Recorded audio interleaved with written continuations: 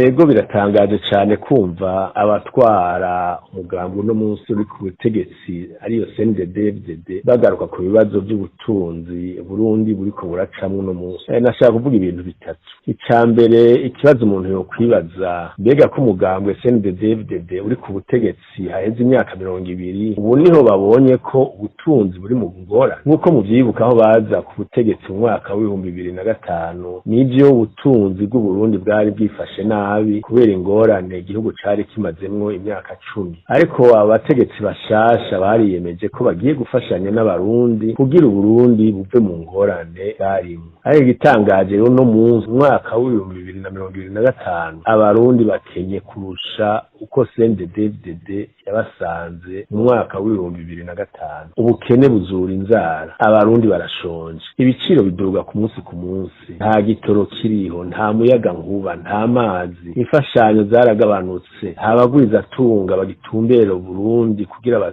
bashora imitahe yabo. Ubutunzi bw'igihugu burasahurwa kumenya atacamira. Uno munsi Burundi nico gihugu cambere gikenye kw'isi, igihugu kiriko kica mu bihe bigoye gose kitigeze kigeramwo kuva cikukira. Umuntu akibaza ati mu myaka 20 hakozwe iki? Ica kabiri, muri iyi myaka 5 iheze harabaye amanama menshi, abahinga batandukanye b'abarundi canke abanyamahanga baratanga impanuro y'ivyoko kugira ubutunzi bw'igihugu bwogorore. Harateguwe imigambi itandukanye y'iterambere. None habuze iki kugira izo nama canke iyo migambi ishigwe mu ngiro? Amashirahamwe mpuzamakungu nka Banki y'Isi Yose, Ikigega Mpuzamakungu FMI, Banki ya Afrika y'Ubutunzi BAD yarashikirije icokorwa kugira ubutunzi bw'Uburundi busubire naguke, umwimbu wiyongere, ifaranga ry'Uburundi ryongere rironka agaciro, amafaranga y'amadovize yongera aboneke. Ayo mashirahamwe mbere aremerere Burundi ko azobufasha, azobushigikira, ariko ntibabumvirije.